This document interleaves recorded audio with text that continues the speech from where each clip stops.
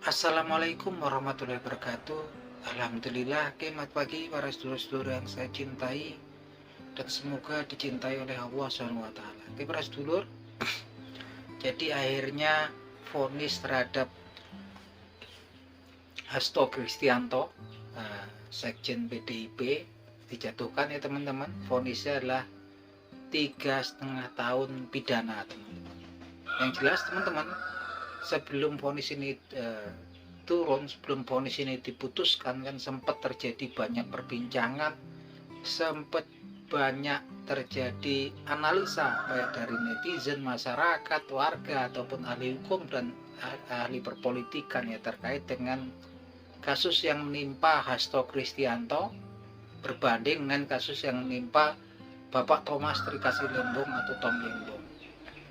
Jelas ada kesamaan ya, Pak Hasto dan Pak Tom ini dituntut oleh jaksa penuntut umumnya 7 tahun pidana, dan sempat kemudian ada banyak isu ini nanti vonisnya sama atau mirip gitu kan, dan saya pun nunggu-nunggu gitu kan. Kemarin Pak Tom Lembong divonis 4,5 tahun pidana, dan ternyata Hasto Kristianto mirip-mirip juga ya, 3,5 tahun itu. Masih belum lekang dulu sebelum masalahnya Hasto Kristianto dan Tom Lembong, Anies Baswedan pun nyaris ya teman-teman. Sempat Anies Baswedan ini berperkara terkait dengan dugaan korupsi di kasus Formula E. Tapi kemudian memang Anies Baswedan alhamdulillah bersih, bebas dari tuduhan tersebut gitu kan. Tapi memang kemudian Pak Tom Lembong nggak bisa lolos. Wah, bahkan walaupun kemudian Pak Tom Lembong ini terbukti nggak punya niat jahat atau mensrea, terbukti nggak ada kickback atau aliran dana kepada beliau, hanya beliau dikatakan merugikan negara gitu kan, keputusannya dalam impor gula gitu kan.